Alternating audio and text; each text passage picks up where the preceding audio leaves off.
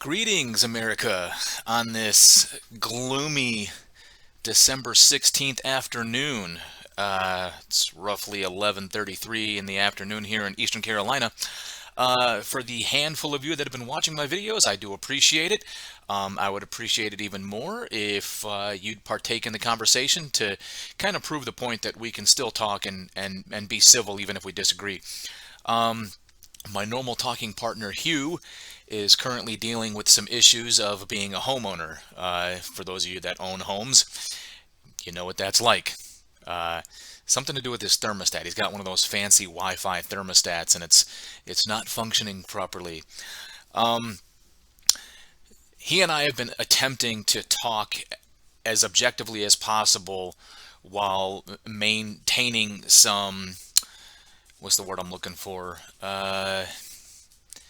Cognizance, or maintaining some awareness that we're basically a couple of heterosexual Caucasian males. So there's certain things that even if it's the truth, even if it's objective,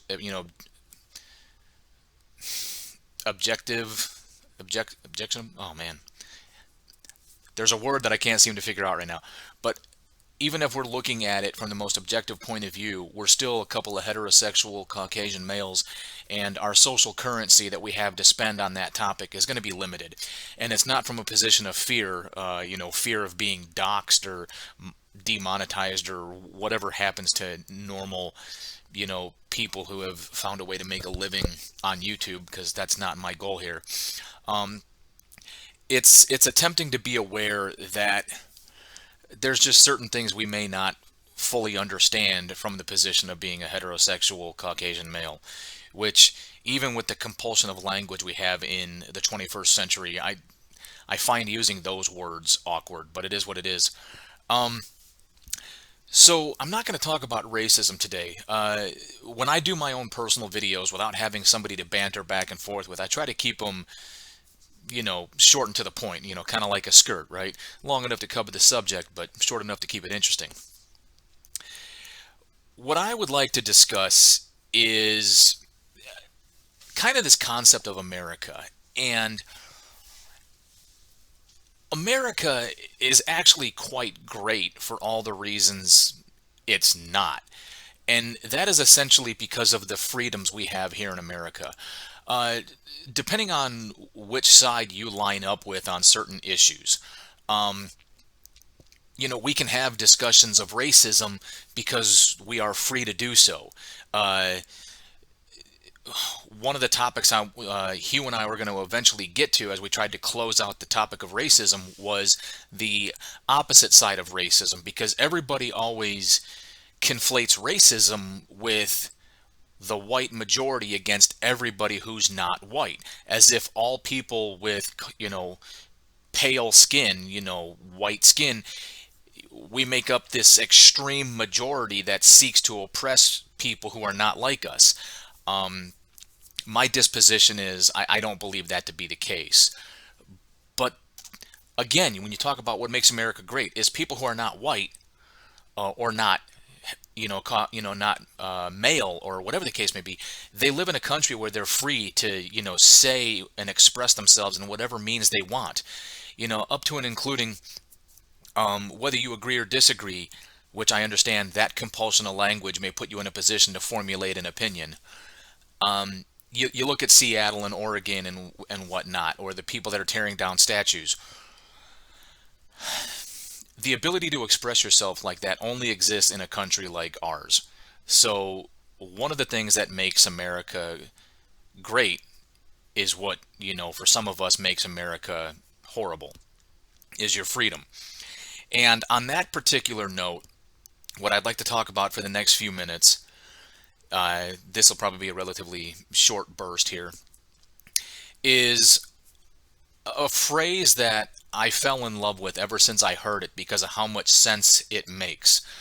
That scene in Tropic Thunder when Ben Affleck's character is expressing his jealousy and his contempt for Robert Downey Jr.'s character because he doesn't feel as though he's being recognized as a serious actor.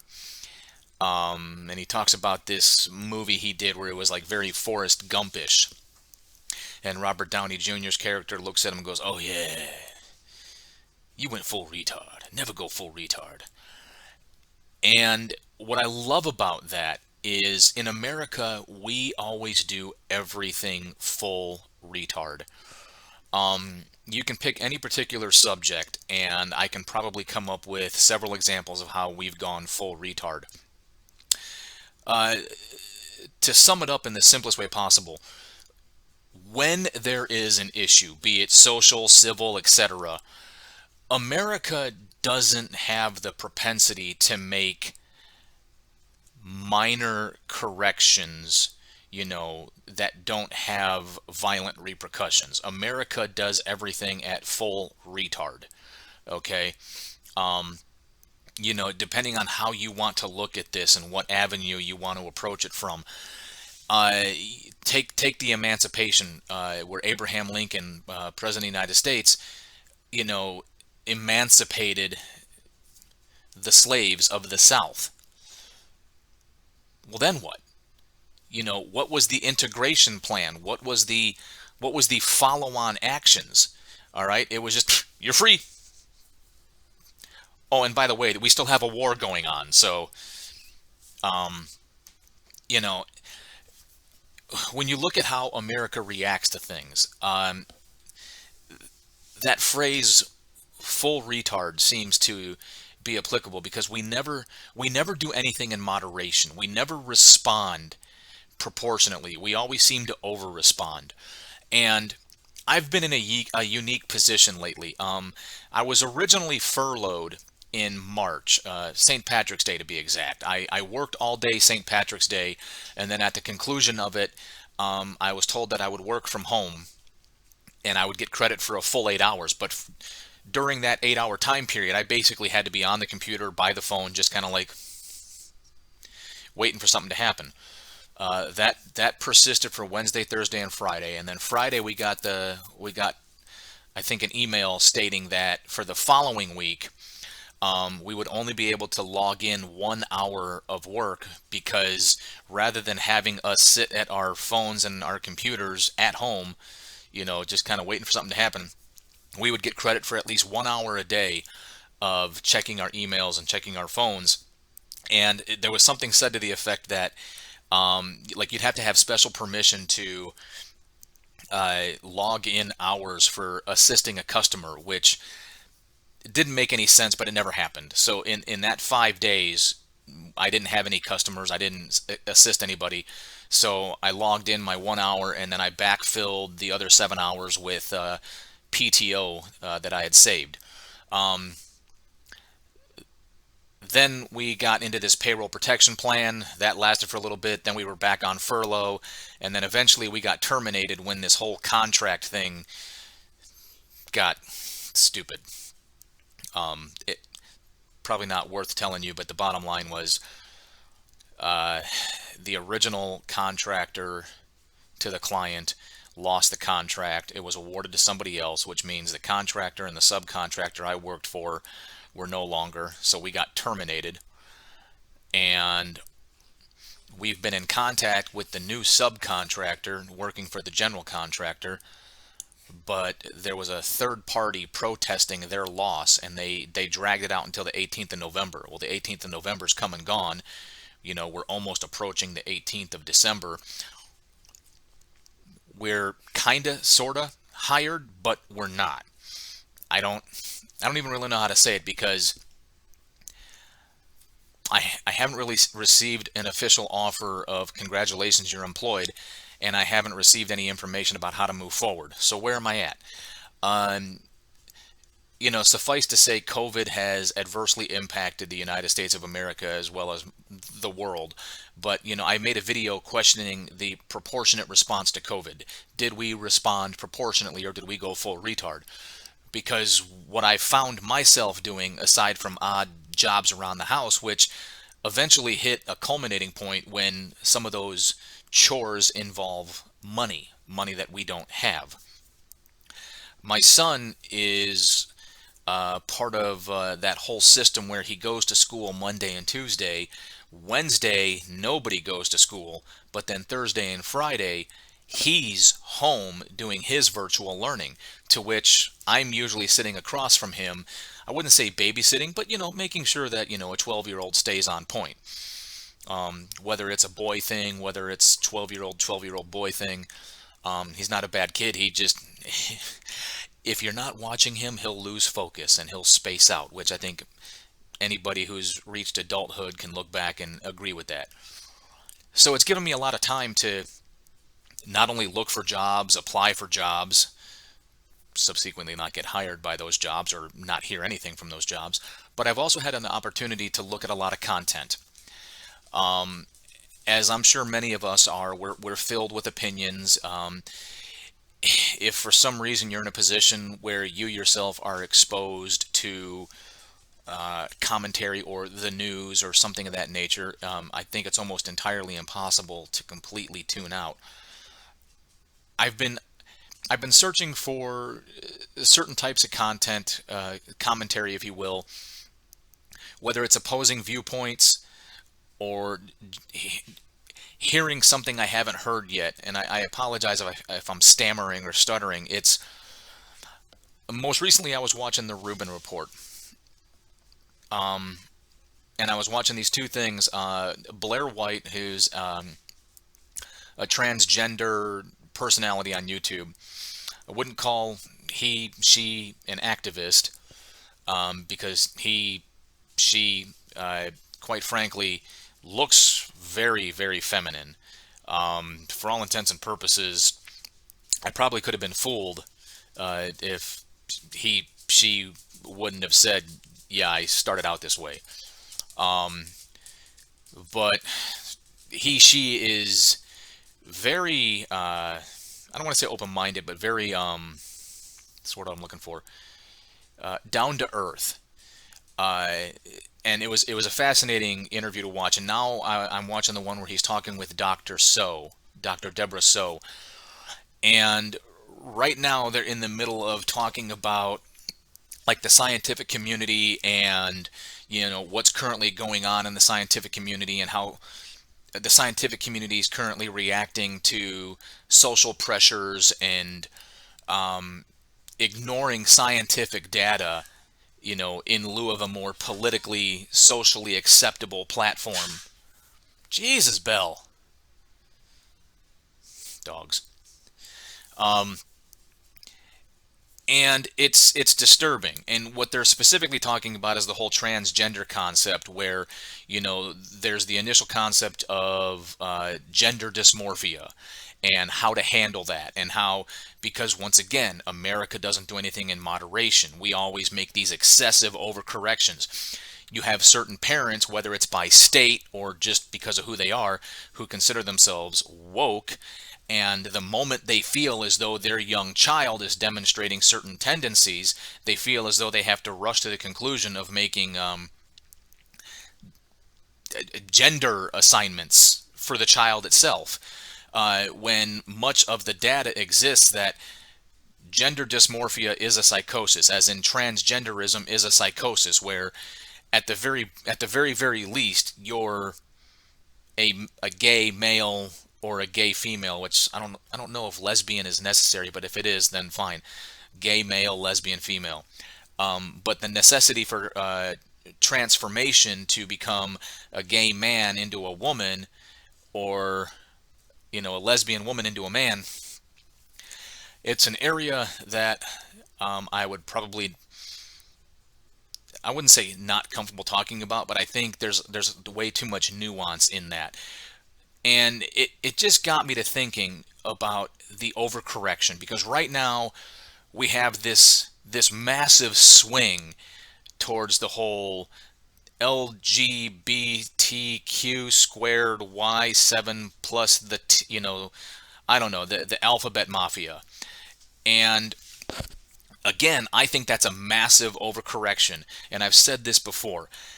I think we just started to get to a place in society where the gay, lesbian, bisexual community was starting to receive normal conduct and normal acceptance, And we were starting to make strides in the direction of, look, it's not about taxes, it's like next of kin type stuff where I've declared my love and admiration for this person. I want to be their spouse, or I want them to be my spouse.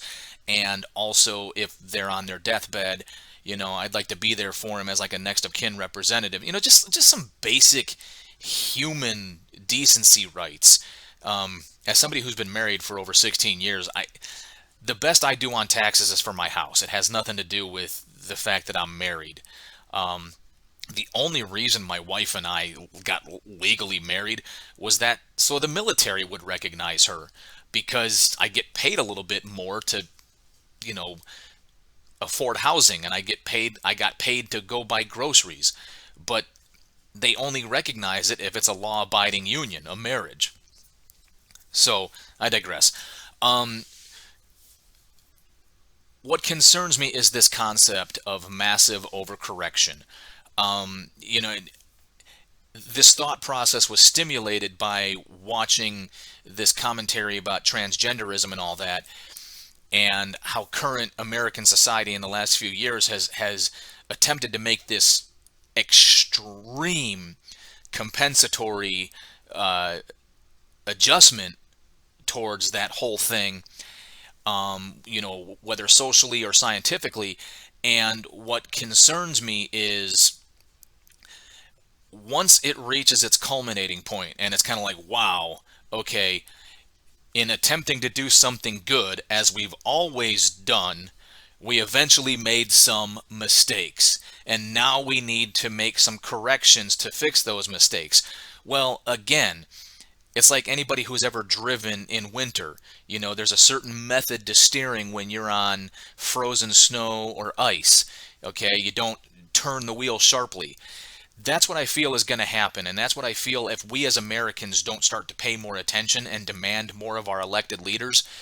We're going to continuously get these overcorrections. So just use this transgender thing. If it eventually gets to a culminating point where it's like, okay, we went a little too far on this subject, we pushed a little too hard, and we took it a little too far. So now we need to pull back and make some corrections. We're not going to make the appropriate corrections. We're going to overcorrect. And this can be applied to anything. I made that video on COVID. I've got a close personal friend who has some particular health issues. He's younger than me, almost by 10 years, if not more than 10 years. But he's got some personal health issues where he is at risk. He is a percentage of 100. Even though the current death rate for all known COVID cases in America is less than 2%, which means you have a 97+% chance of contracting COVID and surviving. But for him, that data doesn't work for him because he has pre-existing conditions. My point being is proportionate response. I don't, whatever the situation is right now in the 21st century, whether it's racism, whether it's the alphabet mafia and their issues, Antifa, BLM, I think you're seeing excessive reactions, which, because this is America, the opposite of that will equally be an additional excessive reaction. And it just seems that for whatever reason, the people preaching moderation, God forbid they're called conservatives, but the people preaching moderation, like, hang on, you don't overcorrect. When you start to skid on the ice, you don't overcorrect. You let off on the gas and you make slow, steady adjustments until you even out. That doesn't seem to be the American way, and I think that is forever going to be one of our problems, is making these overcorrections, these excessive adjustments, going full retard. Never go full retard. But, you know, perhaps it just is what it is. That is the American way. Um, but I'd be very curious to know what any of you think. So the 5 or 6 of you that watch these videos, please drop a comment. Let me know what you think. Let's pick up the conversation and keep it going. Even if you want to state an example that backs up my theory, or if you have examples that counteract my theory, I don't care. Let's just keep up the conversation. Um, Otherwise, everything else remains the same. Hit like if you like the video.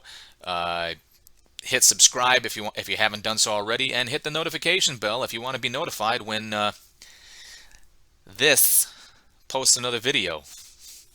Talk to you later.